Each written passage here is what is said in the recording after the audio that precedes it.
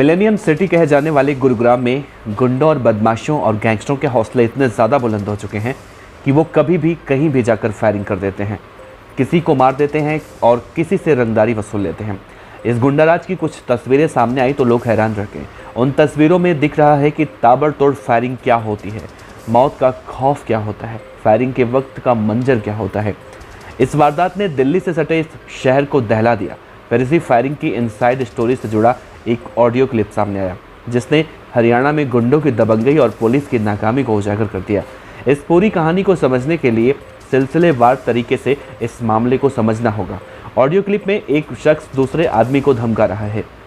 वो कह रहा है कि मैं और भी ट्रेलर दिखा सकता हूँ, मैं तुझे समझा रहा हूँ। फायरिंग की सीसीटीवी फुटेज और इस ऑडियो क्लिप से इतना तो साफ है कि हरियाणा में गुंडे बदमाशों के हौसले सातवें आसमान पर है, जबकि ईमानदारी से अपना काम करने वाले कारोबारी खौफ के साए में जी रहे हैं।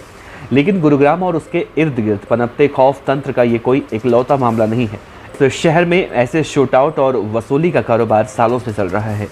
लेकिन ये भी एक सच है कि इस बार ये गैंगस्टर अपनी मनमानी के लिए मानो सारी हदें पार कर चुके हैं।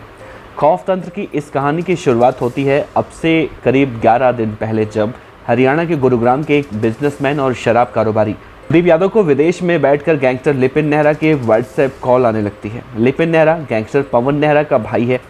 लॉरेंस बिश्नोई गैंग से जुड़े लिपिन नेहरा के बारे में कहा जाता है कि वो इन दिनों गैंगस्टर गोल्डी बराड़ के साथ विदेश में छिपकर बैठा है। लिपिन डिस्कवरी वाइन के नाम से शराब कारोबारी को एक के बाद एक लगातार कई फ़ोन करता है, लेकिन शराब कारोबारी कुलदीप यादव संदिग्ध नंबर से आ रहे इस फ़ोन को नहीं उठाते हैं। इसके बाद ये गैंगस्टर मैसेजिंग ऐप पर उतर आता है और फिर शुरू होता है ऑडियो मैसेज के जरिए धमकी देने का सिलसिला। दरअसल गैंगस्टर लिपिन नेहरा की बुरी नज़र गुरुग्राम के ही 5 गांव चौक पर मौजूद एक शराब की दुकान पर है। वो हर हाल में उसे हथियाना चाहता है। अपनी ये मुराद पूरी करने के लिए वो इसके मालिक को धमकी भी देता है।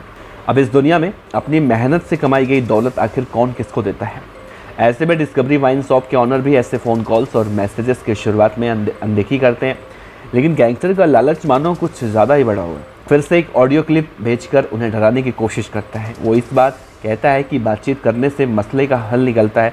अगर वो ये सोच रहे हैं कि किसी दूसरे तरीके से मामले को सुलझा लेंगे तो ये उनकी गलतफहमी है। उसे बातचीत तो करनी पड़ेगी वरना मामला बिगड़ जाएगा। लेकिन ऐसे ऑडियो मैसेज के बावजूद जब डिस्कवरी वाइन की तरफ से ना तो कोई पुलिस कंप्लेन की जाती है और ना ही गैंगस्टर से कोई बात करता है, तो फिर उसका नतीजा कुछ तस्वीरों की सूरत में सामने आता है। शुक्रवार यानी कि 16 जून की रात करीब 8:30 बजे अचानक कुछ बदमाश डिस्कवरी वाइन के 5 गांव चौक पर पहुंचते हैं, उसी शोरूम पर जिस पर गैंगस्टर लिपिन नेहरा अपनी नज़र गड़ाकर बैठा है। और फिर शुरू होता है अंधाधुंध फायरिंग का वो सिलसिला जो देखते ही देखते पूरे इलाके में दहशत की वजह बन जाता है। गैंगस्टर ठेके के अंदर पहुंचकर गोलियां चलाने लगते हैं और गोलियां चलाते हुए ही वो मौके से भागते भी हैं। बमुश्किल 2 से ढाई मिनट के अंदर 19 राउंड की फायरिंग की जाती है और इस फायरिंग के बाद जहां एक खरीदार की गोली लगने से मौत होती है, वहीं 2 जख्मी होकर अस्पताल पहुंच जाते हैं। लेकिन इसके बाद भी खौफ तंत्र का सिलसिला रुकता नहीं है, बल्कि और भी बढ़ जाता है। अब विदेश में बैठा गैंगस्टर लिपिन नेहरा बमुश्किल घंटे भर के अंदर फिर से शराब कारोबारी और एक और उन्हें ऑडियो मैसेज भेजता है। कहता है कि अगर वो उसकी बात नहीं मानता है तो ऐसी वारदातें और भी होंगी। ये भी कहता है कि वो चाहे तो इस ऑडियो क्लिप को संभाल कर रख लें, जिससे उसे पुलिस कंप्लेंट करने और सिक्योरिटी हासिल करने में मदद मिल जाएगी। फिलहाल पुलिस के हाथ इस शूटआउट के मास्टरमाइंड लिपिन नेहरा से तो दूर हैं, लेकिन लिपिन के इशारे पर फायरिंग करने वाले 21 साल के बदमाश रोहित गरेड़िया को पुलिस ने गिरफ्तार किया। वो यूपी के गाजियाबाद का रहने वाला है। पुलिस के मुताबिक वो पिछले 15-16 दिनों से गुरुग्राम के तिगरा गांव में रह रहा था। हमले के दौरान रोहित बाइक चला रहा था जिस पर शूटर उस वक्त सवार थे। उसने पूछताछ में इस बात का खुलासा किया है कि उसके 2 साथी शूटर सौरभ और दीपक नागर ने फायरिंग की थी। डीसीपी क्राइम विजय प्रताप सिंह का कहना है कि दीपक नागर गुरुग्राम के तिगरा गाँव का ही रहने वाला है, जबकि सौरभ चरखे दादरी का। रोहित और ये दोनों गैंगस्टर लिपिन नेहरा के संपर्क में थे। इन लोगों ने उसी के इशारे पर इस पूरी वारदात को अंजाम दिया है। पुलिस इन दोनों बदमाशों की तलाश कर रही है। शराब कारोबारी के शोरूम पर हमला करने के पीछे गैंगस्टर पवन नेहरा का नाम सामने आ चुका है। पवन दयाराम नेहरा का बड़ा बेटा और गैंगस्टर लिपिन नेहरा का बड़ा भाई है। वो इस वक्त पंजाब की जेल में बंद है। इस फायरिंग और मर्डर केस में गैंगस्टर पवन नेहरा की खास भूमिका बताई जा रही है।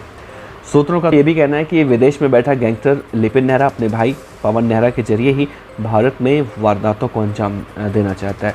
फिलहाल इस मामले को पुलिस का इस मामले में एक्शन देखने को मिल रहा है, लेकिन देखना यही है कि डिस्कवरी वाइन का जो शोरूम मालिक के पास ही रहने वाला है या फिर गैंगस्टर नेहरा इसे हथियाने में कामयाब हो जाएगा। देखना ये भी है कि विदेश में बैठे इस गैंगस्टर पर आखिर हरियाणा पुलिस कैसे और कब शिकंजा कसेगी और शिकंजा कस भी पाएगी या नहीं, या फिर ये गैंगस्टर इस तरह से वारदातों को अंजाम देते रहेंगे। वैसे आपका क्या कहना है, हरियाणा के अंदर जितना तेज़ी से अपराध देखने को मिल रहा है उसे कैसे रोका जा सकता है?